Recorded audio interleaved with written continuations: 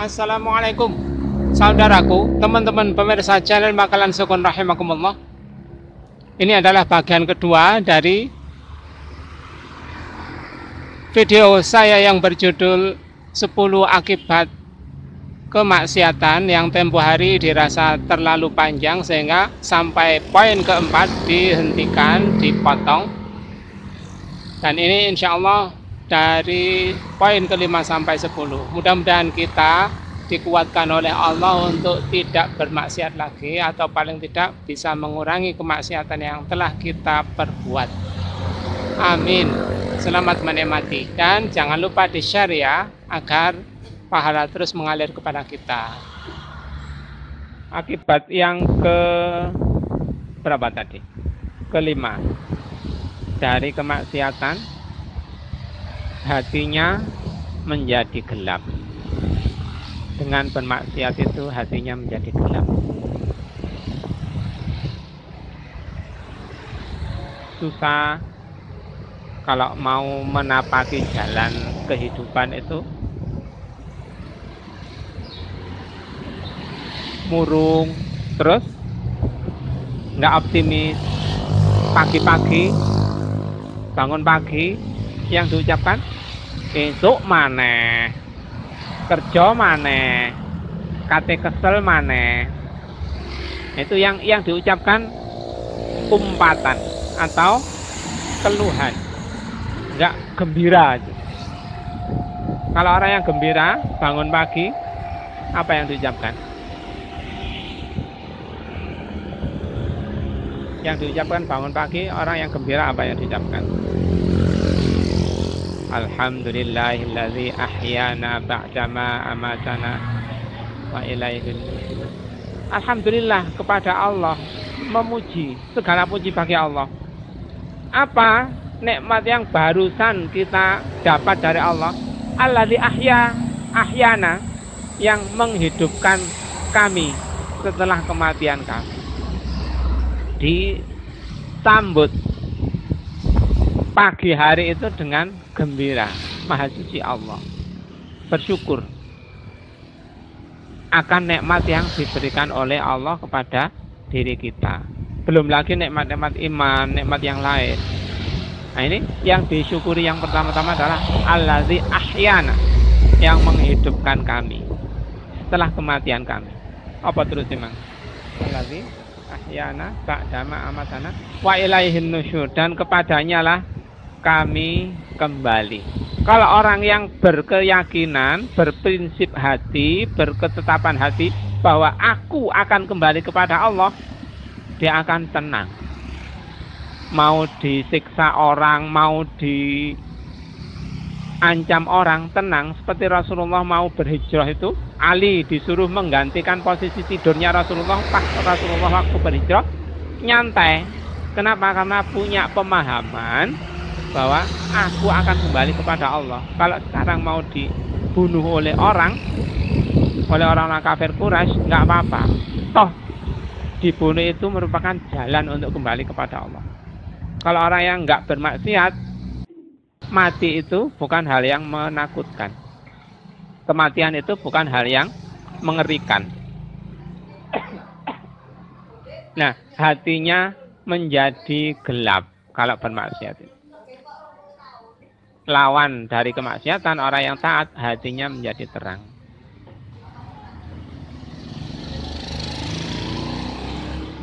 Yang keenam, terhalang dari ketaatan. Setelah bermaksiat, dia akan terhalang dari melaksanakan ketaatan. Merasa ogah-ogahan, berat gitu. Untuk berbuat taat itu berat. Berbakti kepada orang tua berat, manut dipanggil orang tua pas main game yang dosa-dosa itu ya, atau macam-macam kegiatan dipanggil orang tua ogah-ogahan. Kenapa? Sedang bermaksiat, akhirnya ogah-ogahan. Disuruh piket ditinggal, disuruh jaga yang perlu dijaga ditinggal bulinan. Kenapa begitu itu? Karena ada kemaksiatan yang lain sehingga mengerjakan ketaatan itu ogah-ogahan. Padahal sebenarnya bisa, mampu, tapi nggak mau. Nek Salman tadi, seperti diceritakan Mbak itu tadi. Salman tadi, kenapa beratnya begitu itu dilakoni? Karena nggak ogah. Karena nggak malas. Makanya kita kan diajari oleh Rasulullah ya, berdoa agar kita tidak malas. Berdoa kepada Allah, berlindung kepada Allah dari sifat malas. Nah, orang yang sering bermaksiat terhalang dari berbuat taat. Yang ketujuh, melemahkan ghirah. Sama, ghirah itu kemauan keras, cita-cita tinggi, kemauan keras,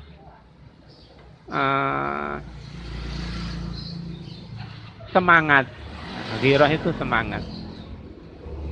Kalau kita sering bermaksiat, nggak semangat lagi, ogah-ogahan. Inginnya bermalas-malasan, inginnya duduk-duduk, nyantai-nyantai. Kecil, foya-foya, kecil foya-foya, tua, pesta-pesta, apa jarene itu. Nah, begitu itu kehilangan ghirah. Pengen malas saja.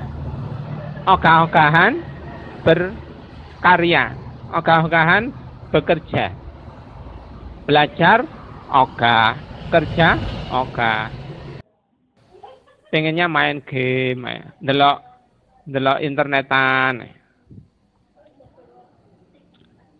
Itu akibat dari dosa, akibat dari maksiat. Yang ke-8, memunculkan kemaksiatan semisal. Nek wis gaene njundu koncone, enggak terus menganggap bahwa njundu itu enak. Akhirnya meningkat jadi ngetak koncone. Kebiasaan ngetak koncone terus meningkat lagi njegal koncone. Nah, begitu itu menular, memunculkan kemaksiatan yang semisal. Nah, dulu waktu zamannya Rasulullah itu dibiasakan setelah Isya itu tidur, kecuali kegiatan mencari ilmu. Kecuali kegiatan mencari ilmu setelah Isya itu tidur. Nah, sekarang yang dibiasakan adalah lihat TV sampai larut malam atau main ke mall, ke mana-mana. Itu karena kemaksiatan yang dilakukan sehingga melahirkan kemaksiatan yang lain, yang semisal. Yang ke-9, menganggap baik maksiat. Nah, ini menganggap baik. Dosa itu dianggap enak, indah. Itu tadi seperti kadal gurun. Kenapa kok mencela umat Islam sebagai kadalnya gurun? Ya karena sering maksiat itu tadi. Sehingga menganggap baik kemaksiatan dan menganggap jelek kebaikan itu dianggap jelek. Poligami dianggap jelek. Hal-hal yang sunnah, salah satunya orang yang melaksanakan sunnah macam-macam itu dianggap ketinggalan zaman. Kalau ininya cingkrang, jarene kebanjiran. Kalau dulu ada yang umumnya itu orang nggak berjilbab. Tahun 80, 70, 8-an itu ya. Kebanyakan orang nggak jilbab. Jilbaban, jalan kaki dari rumah ke kampus, lewat kampung. Oh, korengen niku, gondol niku. Akhirnya ditutupi kodong. Itu hinaan. Hinaan kepada syariat Islam. Kenapa kok suka menghina begitu itu? Karena menganggap baik maksiat. Kebalikannya, menganggap buruk yang taat. Ketaatan itu dianggap buruk. Kemaksiatan dianggap baik. Itu dampak dari kita bermaksiat. Yang ke-10, menutupi hati pelakunya. Hatinya tertutup. Seperti cermin itu ya. Kaca. Satu hari ditempeli satu titik. Nah, maksiat itu merupakan diumpamakan titik di cermin itu tadi ya. Nggak dibersihkan. Besoknya ditambah lagi titik satu. Nggak dibersihkan. Besoknya ditambah lagi terus sampai 1 bulan. Kan buram ya. Buram. Nah itu menutupi hati. Kalau hatinya sudah tertutup, ya sulit untuk menerima ketaatan, untuk menerima ilmu, untuk menerima nasihat. Dinasihati sulit, ngeyel. Nah, wis diomongi bahwa ini salah. Nek ana pengajian ngomong salah. Loh, kenapa kok jek ngomong ae? Ya itu tadi, hatinya tertutup sehingga enggak mempan di nasihati itu enggak mempan. Nyintai orang tua itu keliru, tapi kok jek nyentai ya. Karena dinasihati itu enggak mempan. Nah, itu dampak dari dosa-dosa yang lain.